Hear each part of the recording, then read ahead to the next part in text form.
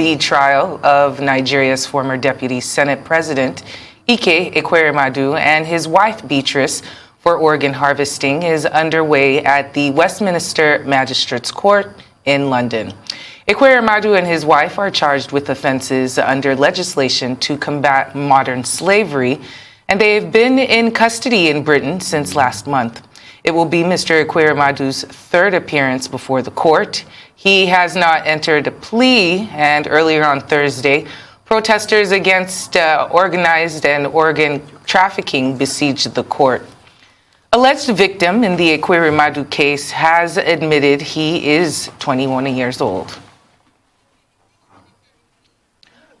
Time now to go live to London, where Adefemi Akinsanya is on ground to let us know what exactly is happening with the trial that is set to start.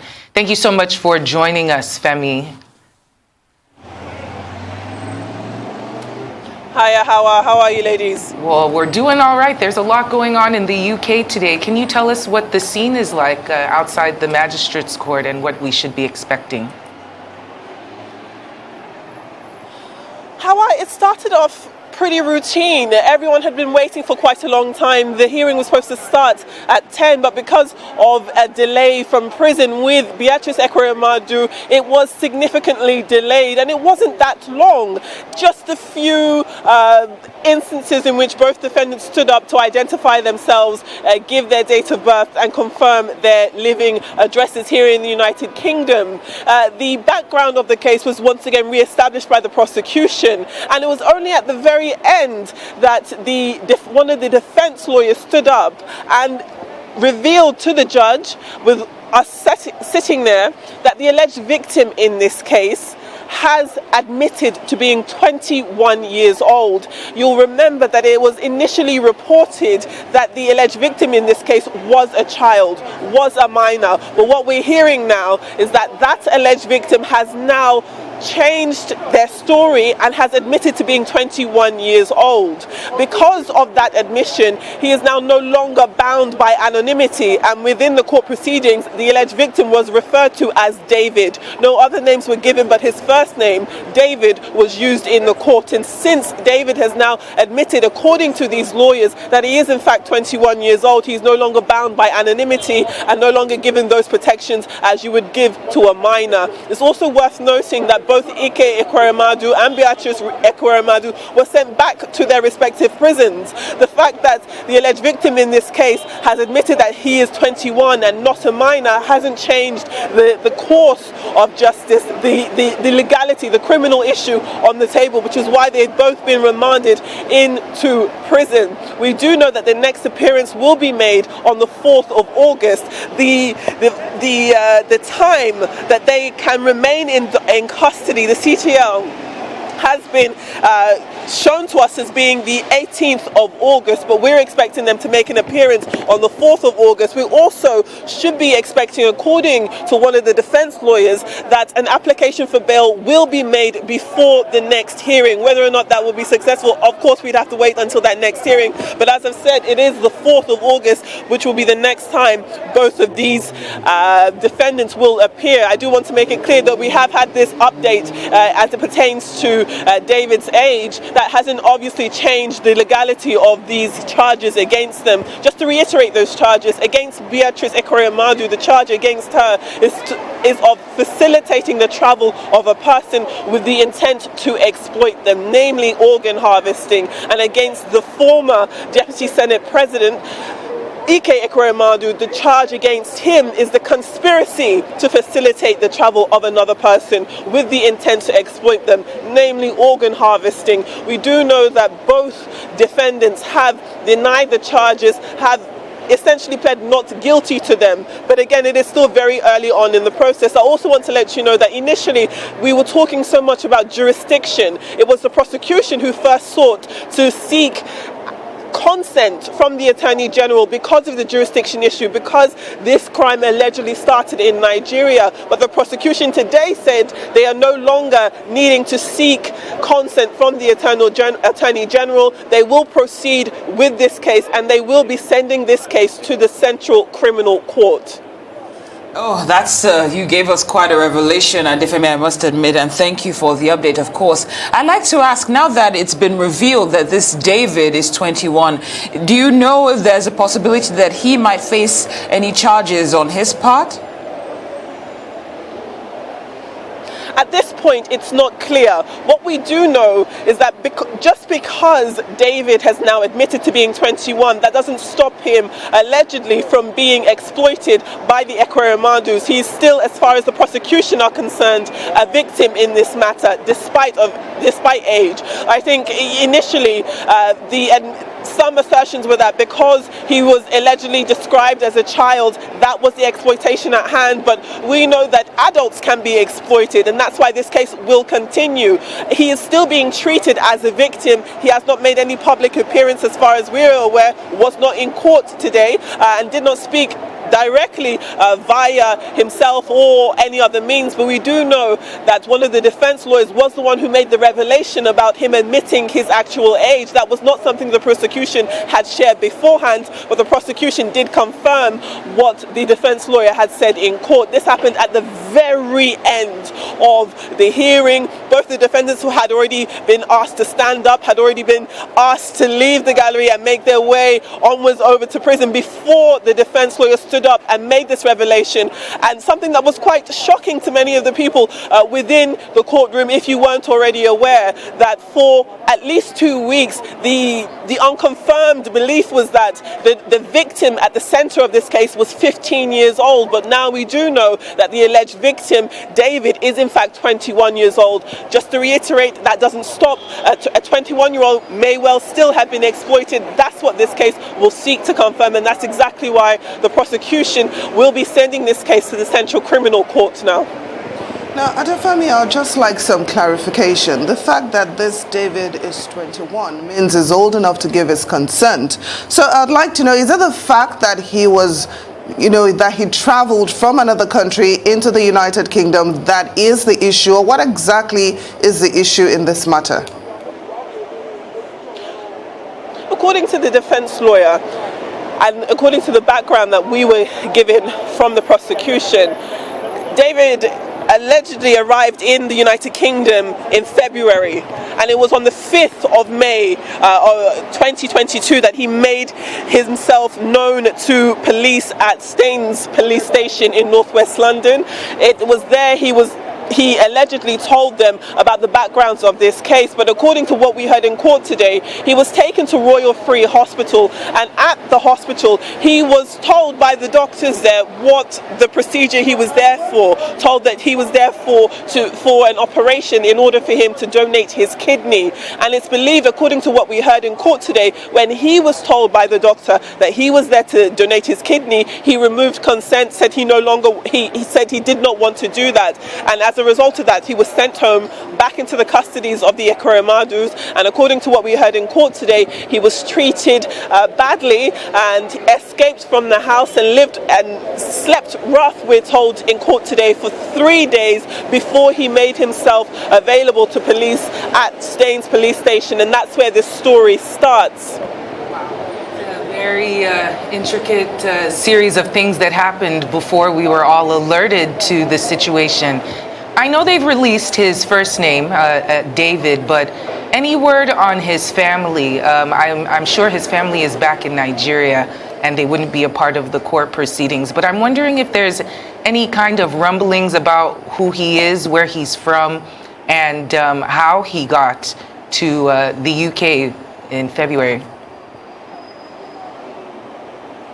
Well, all of those details have not come out, certainly weren't discussed in court today. But if we cast our minds back 2 weeks ago, when the prosecution at Uxbridge were giving the background to this case, they made a description that led one to believe that the Ekweremadu family found the alleged victim, who we now know is called David, and brought him into the country under false pretenses. It was described as being homeless in Nigeria before he was brought over and promised allegedly a better life. And it seems as though the first part of that story, as it pertains to the identification of David, when we're talking about his age, has obviously now changed significantly. And now the topic of this conversation no longer sits on whether or not a high-flying political family in Nigeria used their political and financial strength to bring an underage homeless person into the United Kingdom. It seems though that that's not entirely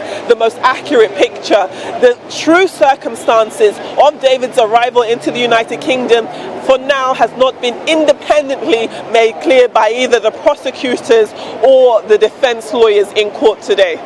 Of course, Adefemi, you briefed us about the delay in this trial starting, but we also, from reports we're seeing, we understand that the former Senate President David Mark and Chukwuemeka Nwajuba, that's the former Minister of State for Education, and other delegates of the National Assembly also arrived at Westminster Magistrate Court.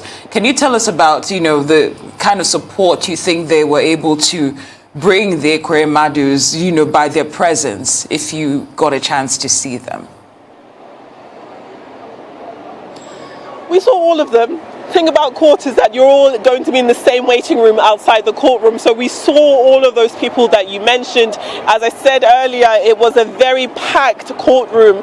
The public gallery has some 44, 45 seats. Each and every one of them were occupied. And there was a group outside of the locked court doors wanting to get inside too. That just shows how much public interest there is in this case. The vast majority of the people in the public gallery sat in the courtroom were Nigerians. Again, a significant portion of them were representatives of the Nigerian High Commission in the United Kingdom, politicians who had come over from Nigeria too. So it just gives you an idea of how significant this case is, not just in the United Kingdom, but indeed in Nigeria. I will say that when the defendants came into the gallery, came into the courtroom, of course they didn't say anything other than to identify themselves. But I did see former Deputy President Ike, Senate President Ike Ekweremadu, look over to the Nigerian delegations, the different politicians there, nod his head, they nod back.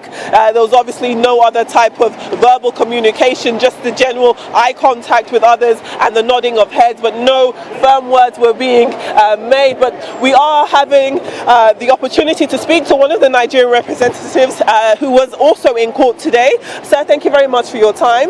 For the benefit of our viewers, we are live on television now. This is Arise News going live into Nigeria. Please do first and foremost identify yourselves and tell us what you saw today and what your thoughts are. My name is Olisa Mecho. Today we've come here to show solidarity with our friend Senator Ike Ekweremadu, a good Nigerian, a family man who has a problem over here. The most important thing that we witnessed today is that the child, the so-called child, the minor, recanted, and on his own free will he went to the police again and confessed that he's not under 21. That means he's not a minor, and because of that the judge struck out section 45. So everything about this case can be open since the minor is no more involved. That's the most significant thing that we've gotten. The second one is the fact that the application for bail was not moved today, because the defense intends to handle it and move it at the Crown Court, and that will be done before the 4th of August.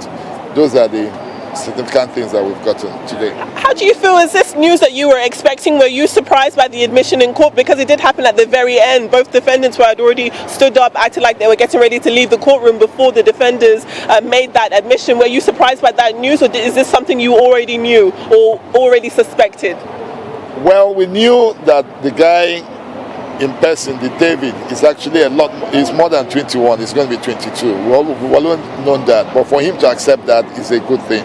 So we're happy, we're elated about it. That's one.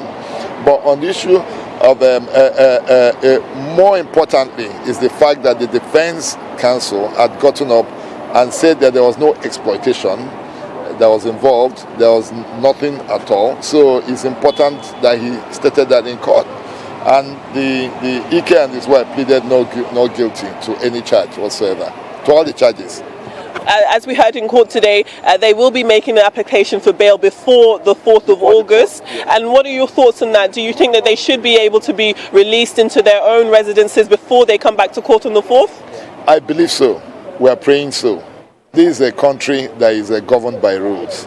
So we are really praying that at the end of the day, it will be so, that he will be granted bail before then. We will apply, and then the system will decide. But we are hopeful, very hopeful. Before we let you go, how did it feel to see so much Nigerian representation in court today?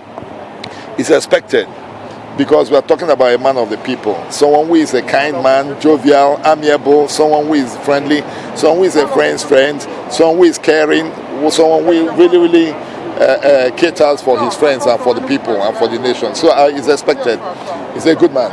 You would have seen the protesters outside, people who were saying no to organ trafficking and organ harvesting. What do you have to say about that? Fundamental human rights. Is their right? Is their right to protest? Is their right to offer their own view? Maybe they don't understand. Maybe they are being misled. Maybe they are seeing it from only one prism. So nobody knows. So it's their own right. They are looking at it from one angle. They are not looking at it holistically. But it's their fundamental human right to protest. Thank you very much. Thank you. So is there something you'd like to say? Yeah, I want to add quickly, I'm a lawyer myself. I want to add quickly is that for the case for which the Ekweremadus were charged, they should be grateful for this particular conspiracy charge based on Modern Day Slavery Act Section 2 and Section 5 respectively. There could have been, the prosecution can at any point in time change their charge to a much more indictable offense, something like Human Organ Transplant Act 1989 or thereabout, which is a much more grievous charges against. But today, we are happy that the court, in their wisdom, are handling this matter the way it should be. I'm not here to say the Ekweremadu should go in or should not, but all I'm saying is justice should prevail.